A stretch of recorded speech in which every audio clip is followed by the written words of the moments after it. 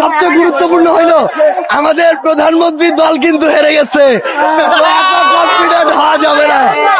Argentina আজকে বলতেছিল বিদায়, কিন্তু কখন ঘুরে দাঁড়ায় এটার কিন্তু কোনো ঠিক নাই। ঘুরে দাঁড়াইছে, বিশ্বকাপ নিয়ে ফিরবো। আজকে আর্জেন্টিনা যেটা খেলছে এটা আর্জেন্টিনার বেস্ট খেলা। এই খেলা যদি ফাইনালে আমরা খেলতে পারি, স্পেন দাঁড়াইতেও পারবে না। 3 স্টার নিয়ে এই মাঠে ঢুকছি, 4 স্টার নিয়ে বের হবো ইনশাআল্লাহ।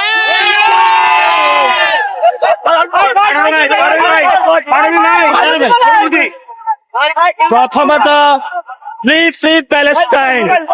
আমি আর্জেন্টিনা করি, বাট আমরা প্যালেস্টাইনের পক্ষে। এবং গোল দিয়ে, খেলা দিয়ে তারপরে কাপ নিতে হয়, ধাক দিয়ে নয়। আর্জেন্টিনা আজকে খেলার নৈপুণ্য দেখিয়েছে, মেসি দেখিয়েছে, ইনশাল্লাহ আর্জেন্টিনা কাপ নিবে। চাইতে চাইছিল, কিন্তু এতদিন ধরে যারা আছে হলুদ রঙের, লাল রঙের, এই রঙের গুলা বলতো মেসি সারা গোল দেওয়ার কেউ নাই। লাস্ট ম্যাচে 3 গোল দিছে, মেসিকে দেয়া লাগে নাই। আজকে 2 গোল দিছে, মেসিকে দেয়া লাগে না। প্রধানমন্ত্রী সুবিধাবাদী অবস্থান নিচ্ছে, হেরে গেছে। পৃথিবীর সেরা প্লে মেকার মেসি নিজে না গোল করেও অন্তত 5 জনকে দিয়ে গোল দেখাইতে পারে।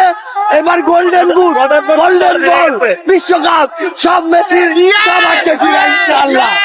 এটা তো বাড়ি, এটা বাড়ির আমেজ, বাড়ির রক্ত।